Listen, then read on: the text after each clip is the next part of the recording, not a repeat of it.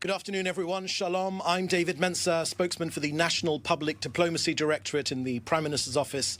It's Monday, June 30th, day 633 since the October 7th atrocities.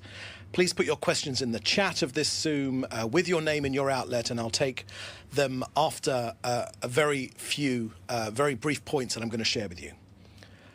We begin today with a heavy heart and the most painful of updates on the fallen heroes of the IDF. Since the start of this war, the number of IDF fatalities has now reached 880. Each one is not just a number, but a world lost. And today, I must share the heartbreaking news of one such world.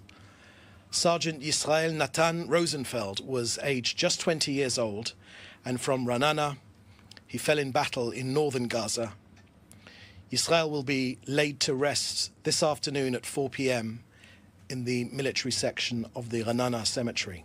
This is a shattering loss for the Rosenfeld family and for his mother's family, the Monica and Dam families. It's also personal to me. I grew up with his mother, Sam.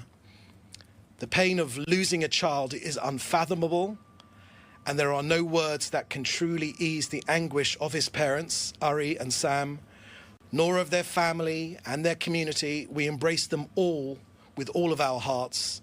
We grieve with them, and we stand with all the families who have sacrificed their beloved sons and daughters in this war, a war not of our choosing, but a war of survival nonetheless. The price of defending our homeland is unbearably high, and each fallen soldier is not only a loss to one family, but also to our entire nation. May the memory of Yisrael Rosenfeld and the memory of all of our heroes be a source of strength, pride, and eternal blessing.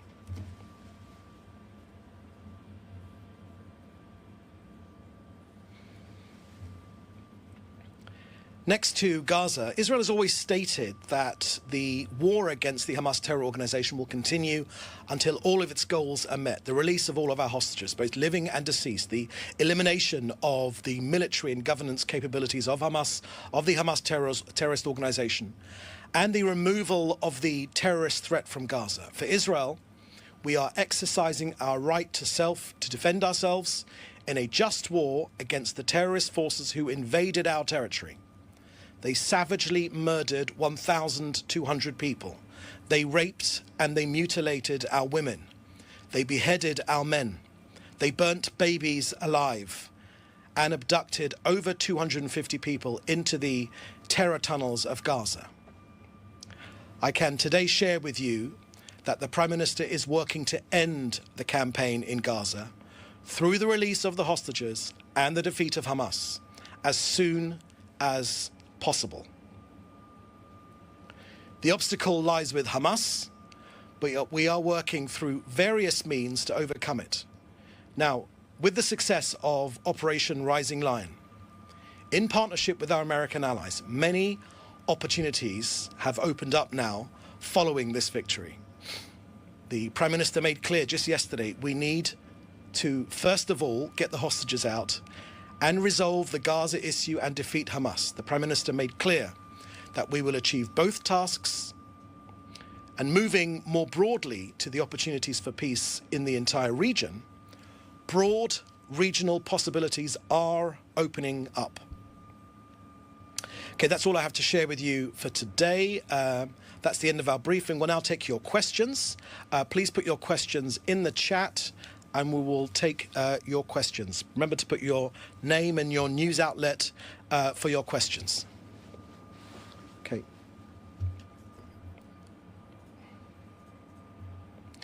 Okay, first question here is from Leo Soroka at the Washington Post. And your questions, you've got two questions here. I'll take them together. Is it only the Gaza Health Foundation that has been allowed to deliver aid into Gaza since Thursday, or have UN and other aid organizations been allowed to continue delivering?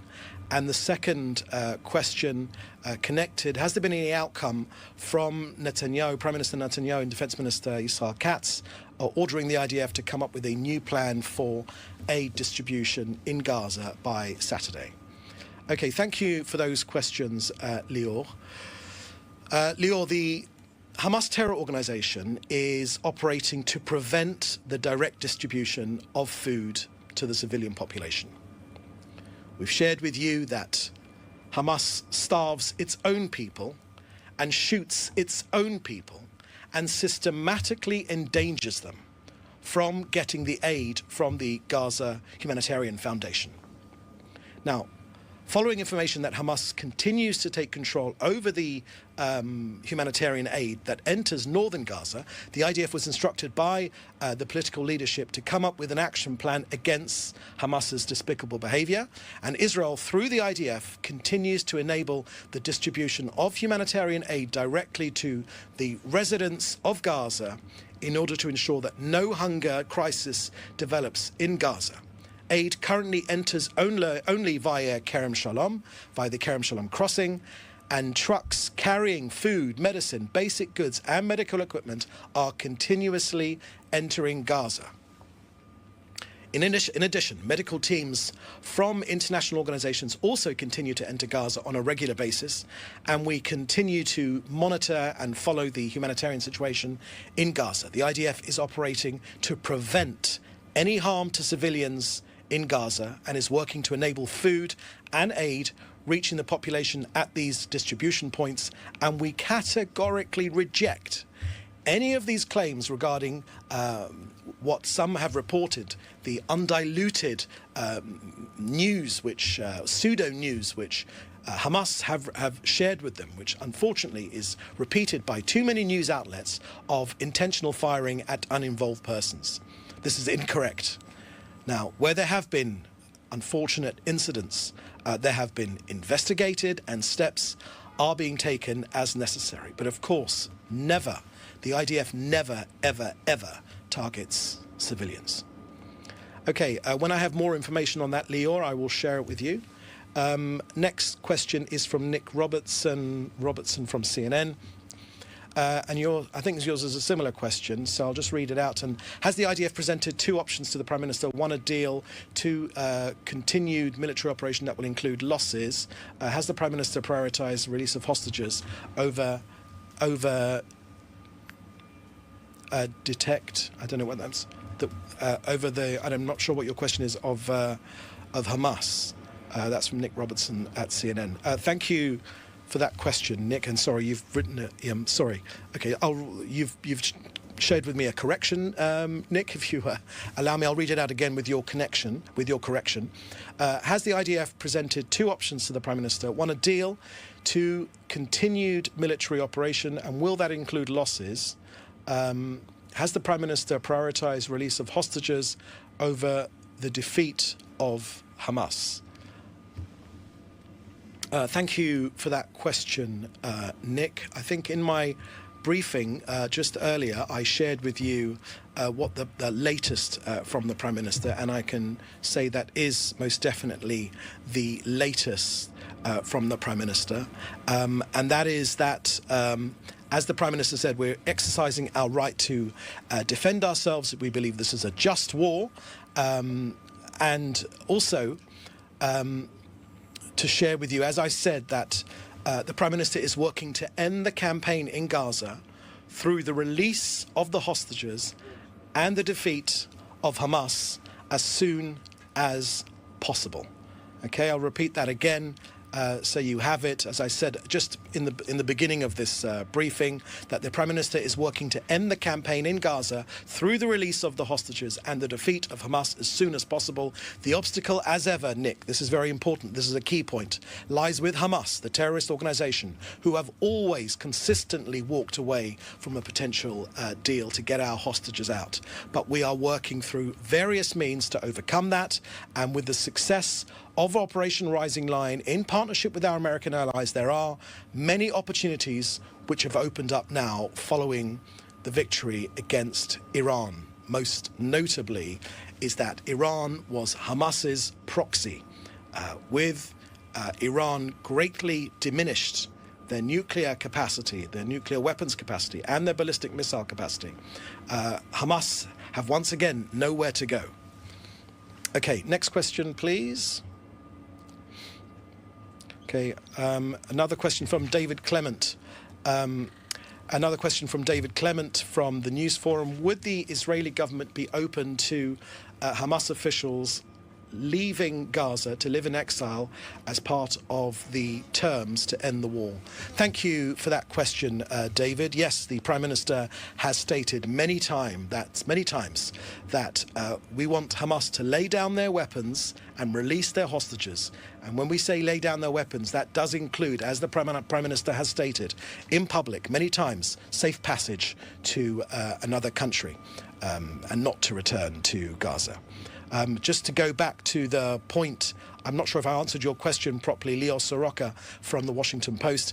Yes, indeed, the UN is sending in materials into Gaza. They are allowed to put through materials into Gaza, as I think I stated in our briefing. Okay, let's take the next question, please. Alon Avital from NPR.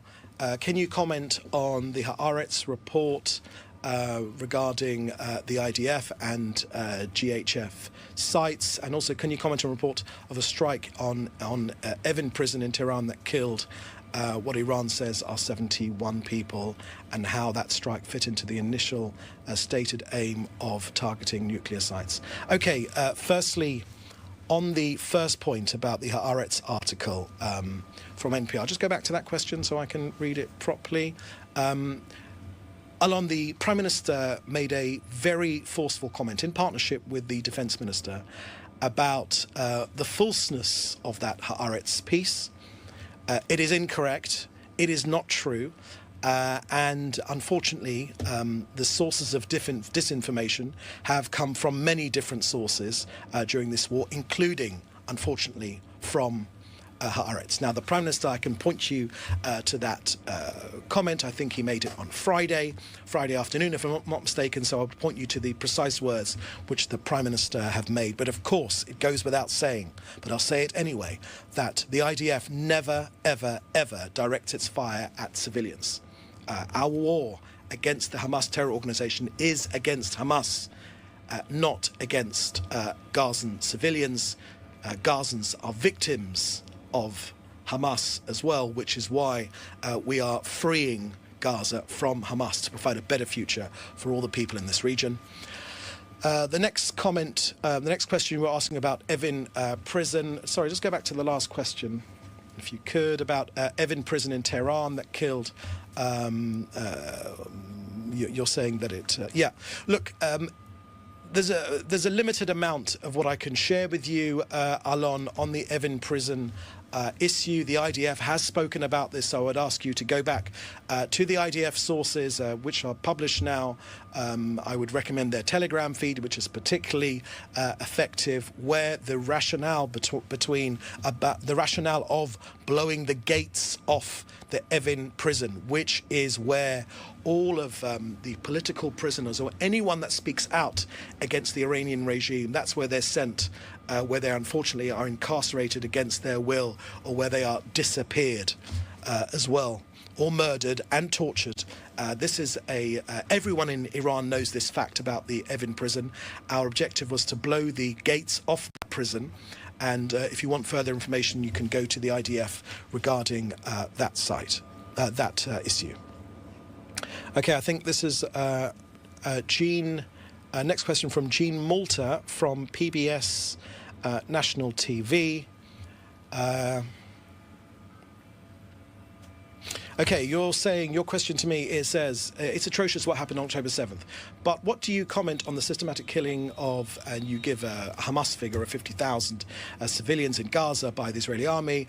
Also, since US journalists are, since US journalists allowed inside Gaza, and hence we can't independently verify what's happening at aid distribution sites, what video footage do you have of Hamas fighters shooting at Gazan civilians, please?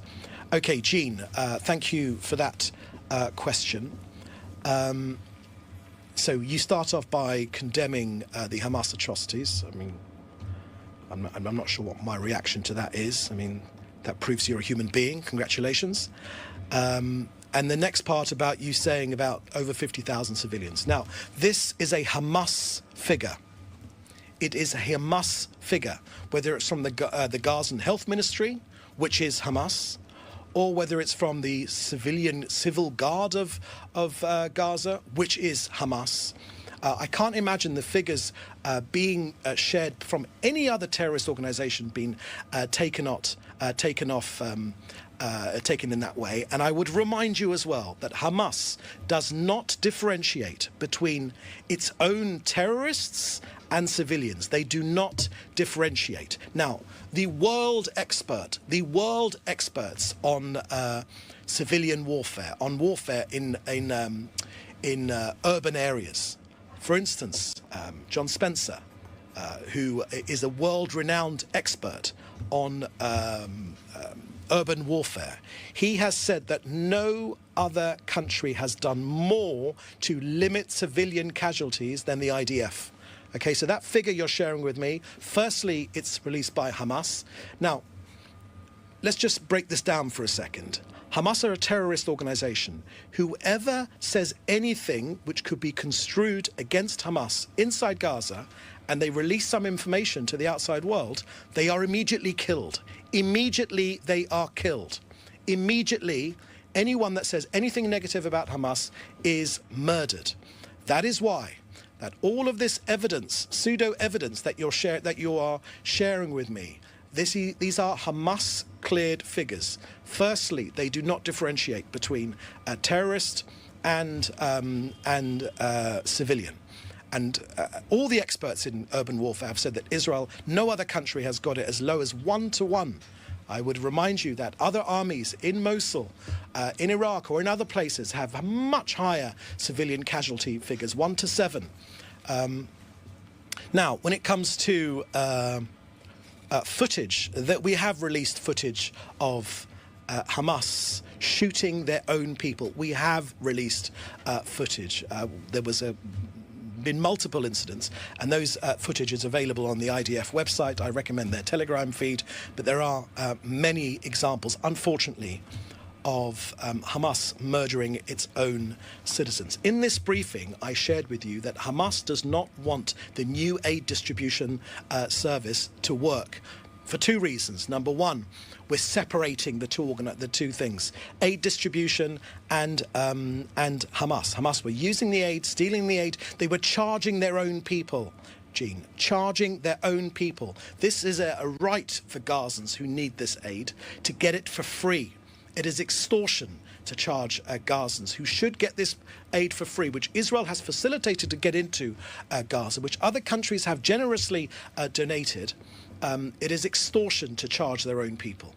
And secondly, this is their key way of staying in power, which is why, as this conflict continues, especially at this point, Hamas will come up with more and more outrageous claims, like these, this tired phrase which has been repeated, unfortunately, by too many in the media, which says, people queuing up for food were attacked. The IDF never attacks people queuing up for food. Hamas, on the other hand, does, because they want to hold on to power. And, for Hamas, Gazans are expendable. They say this very, very clearly. The one thing we learned here in Israel is when our enemies say things, we believe them. They have said very, very clearly that their own people are expendable towards their own jihadist aims. Okay, you've asked the same question twice. I think this is the last question from Howard Goller from Reuters. Israeli government has been providing funds for GHF operations. Are these for security operations or for the actual aid that GHF is distributing in Gaza? Can we please get a statement on what funds the Israeli government has allocated GHF, for what purposes? Have those funds been transferred to GHF or not? Hello, Howard Goller from Reuters. I don't have any information on that. I shared with you our the situation on aid. It is the Hamas terror organization which is operating to prevent direct distribution of food to the civilian areas, civilian population areas. It starves its own people. It systematically endangers them. And when Hamas, as they have recently, taken control of some of the humanitarian aid that enters northern Gaza, our political echelon, the government, have instructed the IDF to come up with an action plan against Hamas' despicable behaviour. Now, this GHF is a separate organisation. It is supported by our allies in the US. It is not an Israeli organisation. And if you want further information about GHF, then I recommend Howard Goller from Reuters that you contact GHF directly. I saw an interview with GHF on Sky News, I believe, yesterday, over the last couple of days, and I would point you to that, which may answer your questions. Okay, my friends, that is that the last question? That is the last question. Is there another one here? Yeah, let's just go back to that last question. Thank you for your detailed answer. This is from Jean Malta from PBS. Why don't you let us journalists view the information for ourselves? Okay. With GHF and IDF. Okay, so the IDF does take journalists into Gaza to see things for themselves. But I would remind you, as journalists who have served, I'm talking about Gazans, I'm talking about external journalists that have served in Gaza and reported from Gaza, they state this in a crystal clear manner, that anyone that reports anything hostile to the Hamas regime is immediately sanctioned. Either they are chucked out or they are not allowed to release that information. So this idea that while Hamas is in power in Gaza, that journalists will be able to run around Gaza and share with us what's going on there, that is a fallacy. Hamas murders anyone that says anything negative about the Hamas terrorist organization. Jean, that is a fact. Okay, let's not be naive that in some way that it is anything other than that fact. And people that have worked with the AP have shared this in a crystal clear manner. If you are an external journalist and you say anything negative, which can be construed as negative, about the Hamas terrorist organization, you are threatened, and more likely you're either ejected or you are killed. Okay, so that is the last question today. Thank you for joining us. We'll have another briefing again shortly. In the meantime, you can contact us for interviews or for any other questions you may have in the usual way. Please do stay safe, and we'll see you next time. Thank you. Bye-bye.